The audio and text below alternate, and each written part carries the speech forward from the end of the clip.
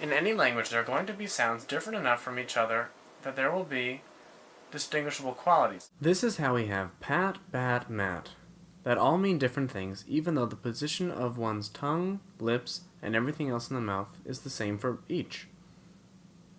These sounds are called phonemes. And the words that show their differences are called minimal pairs, because the difference is only by the minimum number of sounds. However, the pronunciation of each is not an exact thing. There is no single frequency or physical configuration to pronounce each perfectly and identical. This is how two fundamental aspects of language pronunciation are affected in this way, both for academics and for laypeople. Allophones are also units of speech, but in a given language, an allophone will not be distinct enough to form different words. They do, however, appear consistently in certain contexts, for instance, at the beginning or end of words, such as the two different ways T is pronounced from tail to trail.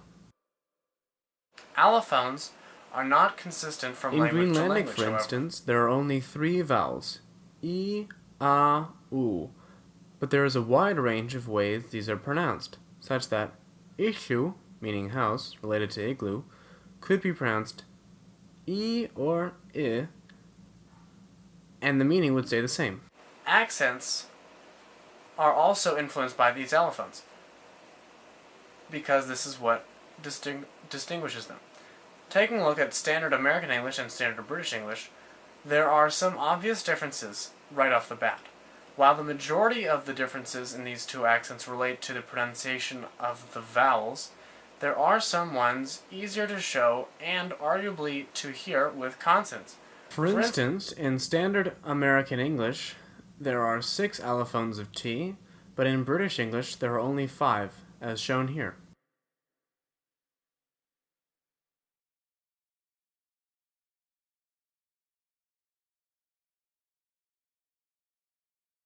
Moreover, and perhaps more famously, British English has what is called a Non-Rhotic R, which means that there is no pronounced R at the beginning of words or at the beginning of consonant clusters.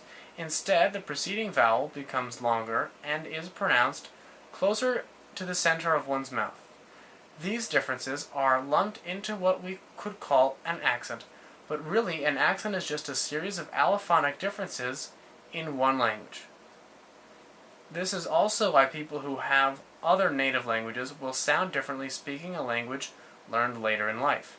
For instance, a French speaker would struggle with an English R, as would a Japanese speaker, because for both, a different retroflex consonant is used.